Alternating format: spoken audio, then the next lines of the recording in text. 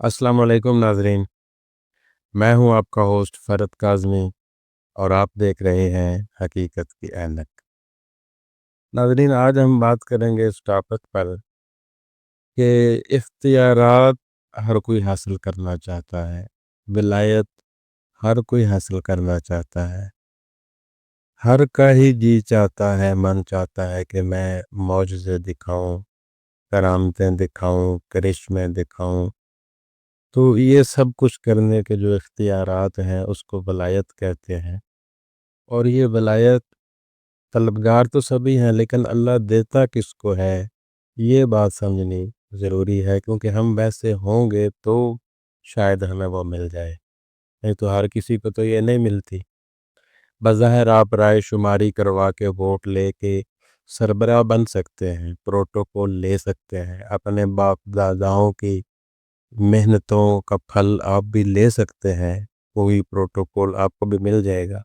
لیکن حقیقت میں آپ کچھ کرنے کے اہل ہیں، کر سکتے ہیں یا نہیں کر سکتے، اس منزل پہ پہنچنے کے لیے ولایت ضروری ہے، ولایت کا حصول ضروری ہے۔ تو یہ ولایت آپ کو کیسے ملے گی اور اللہ کن لوگوں کو دیتا ہے یہ بات سمجھنے ضروری ہے۔ اور اس کی ایک چھوٹی سی دلیل آپ کو دوں گا کہ جیسے دیکھیں ایک بچے کو آپ ایک کلاشن کوف لوڈ کر کے پکڑا دیتے ہیں تو وہ تو تباہیاں مچا دے گا، اس کو نہیں پتا کہ اس کا استعمال کرنا ہے نہیں کرنا، کیسے کرنا ہے، کہاں کرنا ہے، وہ تو بس ٹریگر پیس کرتا رہے گا، گولیاں چلتی رہیں گے، سامنے اس کا باپ ہے، ماں ہے، بھائی ہے، بہن ہے، کوئی جاننے والا ہے انجانا ہے، وہ تو سب کو اڑا کے رکھ دے گا۔ تو اگر نااہل کو یہ چیز مل جائے تو وہ ایسے ہی ہوگا جیسے اس بچے کو کلاشن کوف مل گئی۔ یا آپ ایک ہیوی گاڑی کی ڈرائیونگ سیٹ پہ ایک بچے کو بٹھا دیں تو وہ اس گاڑی کا ایکسیڈنٹ کرے گا، اپنا نقصان بھی کرے گا،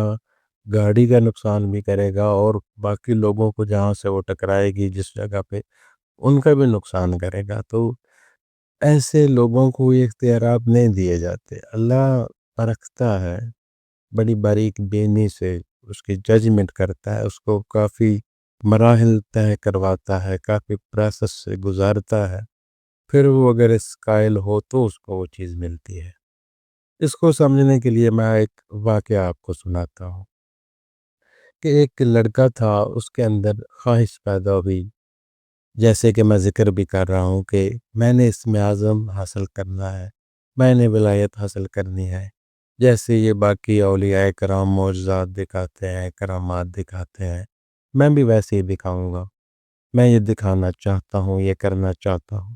وہ اس کے حصول کے لیے رخت سفر باندھ دیتا ہے اور گھر سے نکل پڑتا ہے۔ وہ جہاں پر بھی پہنچتا ہے سن سنا کے، پوچھ پچھا کے کہ وہاں پہ کوئی بندہ ہے، وہ ایسا اس کے پاس اسم اعظم ہے یا ولایت ہے، تو وہ اس کے پاس پہنچ جاتا ہے، اور اس کے ذہن میں امیج یہ ہے کہ جس کے پاس یہ اسم اعظم آ جائے وہ پانی پہ ایسے چل سکتا ہے جیسے زمین پہ چلا جاتا ہے، وہ پہاڑ سے ایسے گزر جاتا ہے جیسے دھوئیں سے گزر جاتا ہے بندہ، وہ ہواؤں میں اڑ سکتا ہے، آنکھوں سے اوجھل ہو سکتا ہے، پھر ظاہر ہو سکتا ہے، یا بہت ساری ایسی چیزیں اور بھی وہ کر سکتا ہے، اور وہ بھی یہ ایسا کرنا چاہتا ہے، اور اس کے حصول کے لیے اس نے سفر شروع کیا ہے، اور وہ ایک بندے کے پاس پہنچا ہے۔ وہاں پہ اس نے پوچھ گچھ کی، لیکن اس کا وہ مقصد وہاں سے حل نہیں ہو سکتا تھا، وہ وہاں سے آگے نکلا، پھر وہاں بھی بات نہیں بنی، پھر آگے نکلا، چلتا چلتا پوچھتا پوچھاتا آخر کار وہ ایک ایسی جگہ پہ پہنچ گیا، وہاں پہ ایک ایسے درویش تھے جن کے پاس اسم اعظم تھا، ولایت تھی۔ وہ کہتا ہے کہ مجھے اب اپنا شاگرد بنا لیں، مرید بنا لیں، بیٹا بنا لیں، میں آپ کی خدمت کروں گا، جو میرے ذمہ ڈیوٹی لگائیں گے میں وہ کروں گا، آپ بس مجھے یہ اسم اعظم سکھا دیں، مجھے ولایت دے دیں۔ وہ کہتا ہے کہ آپ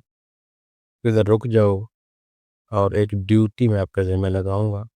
وہ آپ نے سار انجام دینی ہے روٹین وائز، پھر میں دیکھوں گا کہ کیا کرنا ہے۔ وہ کہتا ہے ٹھیک ہے۔ وہ کہتا ہے کہ صبح سے تم نے جانا ہے، ساتھ یہاں ایک چھوٹا سا بازار ہے، پرانے زمانے کی بات ہو رہی ہے، تو وہاں پہ چلے جانا ہے، وہاں پہ بازار میں گھومتے رہنا ہے، کبھی ادھر کبھی ادھر، کبھی کہیں کھڑا ہو گئے، کبھی کہیں بیٹھ کے، کبھی چل پھر کے ادھر ادھر، ساری صورتحال کا نظارہ کرنا ہے۔ وہاں پہ خبریں لینی ہیں کہ لوگ کیا کیا باتیں کرتے ہیں، کیا کیا خریدتے ہیں، کیسے کیسے آتے جاتے ہیں، ہر چیز پہ نظر رکھنی ہے، اور مجھے پھر شام کو آ کے وہ ساری خبریں دینی ہے۔ وہ کہتے ٹھیک ہے۔ اب وہ روزانہ صبح چلا جاتا، سارا دن وہاں گزارتا، اور ادھر ادھر گھومتا بیٹھتا کھڑا ہوتا، لوگوں پہ دھیان دیتا، ان کی باتیں سنتا، جو کچھ بھی واقعات ہوتے وہ سن کے واپسی آ کے اپنے مرشد کو بتاتا۔ ایک دن ایسا ہوا کہ ایک بزرگ وہاں سے آ رہے تھے، ایجڈ ضعیف بندے، ان کے پاس ایک گدھا تھا، اس کے اوپر انہوں نے کچھ لکڑیاں رکھی ہوئی تھیں، وہاں سے گزر رہے تھے، تو ان کو ایک جوان بندہ روک کے کہتا ہے کہ اے بزرگ، وہ دور میرا گھر دیکھ رہے ہو، وہاں پہ نا یہ میں نے کچھ سامان خریدا ہے، یہ اتار کے آؤ۔ وہ کہتا ہے کہ بیٹا میں بوڑھا بندہ ہوں اور کافی سفر کر کے آیا ہوں، اور آگے کافی سفر کرنا ہے مجھے ابھی، اگر مجھے معاف کر دو تو تمہاری مہربانی۔ وہ اس بوڑھے آدمی کو زوردار تھپڑ مارتا ہے، تو وہ اس کے ڈر خوف سے وہ لکڑیاں اتارتا ہے، اس کا سامان رکھ کے اس کے گھر پہنچا کے واپسی آتا ہے، اور کہتا ہے کہ بیٹا مجھے اس کی تھوڑی سی اجرت دے دو۔ وہ اس کو ایک اور تھپڑ مارتا ہے،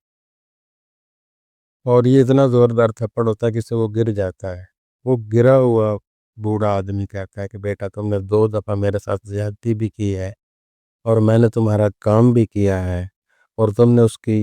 اجرت بھی نہیں دی، اب ایک کام کرو کہ یہ لکڑیاں تو مجھے اس کے اوپر پھر رکھوا دو۔ وہ زور سے ایسے پاؤں کی ٹھوکر مارتا ہے اس کے منہ پہ، اور وہ اس کا خون جاری ہو جاتا ہے۔ پھر وہ چلا جاتا ہے۔ وہ بوڑھا آدمی اٹھتا ہے، اپنے کپڑے جھاڑتا ہے، صاف کرتا ہے، اور لکڑیاں ایسی پھر اوپر اس کے لاد کے نکل جاتا ہے۔ یہ سارا واقعہ وہ لڑکا دیکھتا ہے صحیح بغور، اور پھر وہ اپنے مرشد کے پاس آ جاتا ہے، اور اس کا مرشد اپنی عبادت کسی میں مصروف تھا، وہ اس کی طرف توجہ نہیں کر رہی، کبھی پاس سے اس طرف گزر جاتا، کبھی اس طرف۔ تو جب مرشد فارغ ہوئے اپنے عبادات و مشق سے، تو وہ دیکھتے ہیں کہ میرے شاگرد جو ہے یہ تو آج بے چین ہے، اور تھوڑا وقت سے پہلے بھی آ گیا۔ وہ بلاتا ہے، وجہ پوچھتا ہے، تو وہ اس کو بتاتا ہے کہ آج اگر میرے پاس اسم اعظم ہوتا، میرے پاس وہ ولایت ہوتی، تو وہ اس کی نسلیں یاد رکھتی ہیں جس نے بزرگ پر ظلم کیا ہے، اتنی بدتمیزی، اتنی بے حرمتی کی ہے اس نے، میں ایسا نہیں کرنے دیتا، اس کی نسلیں یاد رکھتی، میں اس کی نسلیں ختم کر دیتا۔ اچھا، وہ جو مرشد ہے وہ اس کی بات سن کے مسکراتا ہے، اور کہتا ہے کہ بیٹا یہ تم اسم اعظم نہیں لے سکتے، تم یہ ولایت نہیں لے سکتے۔ یہ بات سن کے وہ لڑکا گھبرا جاتا ہے، پریشان ہو جاتا ہے، اور غصے میں آ جاتا ہے۔ وہ کہتا ہے کہ میں ایک بزرگ کی طرف داری کر رہا ہوں، اس لیے یہ مجھے نہیں مل سکتا،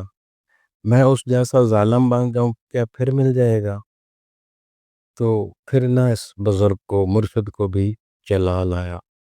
یہ جلال میں آ کے کہتا ہے کہ تم اپنے آپ کو سمجھتے کیا ہو؟ تم زیادہ بڑے 30 مار خان ہو،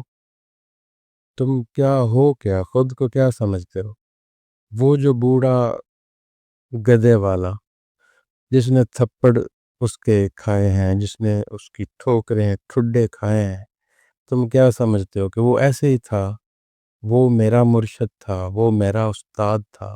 اس کے پاس اسم اعظم تھا، اس کے پاس ولایت تھی، وہ بھی اس کی نسلیں ختم کر سکتا تھا، وہ بھی اس کو کوئی سزا دے سکتا تھا، لیکن وہ یہ سب کچھ سہتا رہا، اور اس نے، تمہیں پتہ نہیں چلا ابھی تک کہ اس کے پاس یہ تھا، تو جب ایسے ہونا ہے تب یہ ملنا ہے۔ تو میں امید کرتا ہوں میری بات کی آپ کو سمجھ آ گئی ہوگی کہ جیسے اس بزرگ کے پاس اختیار تھے، اس نے جتایا تک نہیں کہ میرے پاس یہ ہے، اور اس نے کوئی سزا نہیں دی، ایسے ہی جب ہم ہو جائیں گے تو پھر یہ چیز ہمیں مل سکتی ہے۔ یہ اہلیت ہم نے پیدا کرنی ہے اپنے اندر، تحمل مزاجی، صبر، برداشت، اور شو منٹی ختم کرنی ہے، اپنے آپ کو چھپے رستم بنانا ہے، پھر یہ منظر ہو۔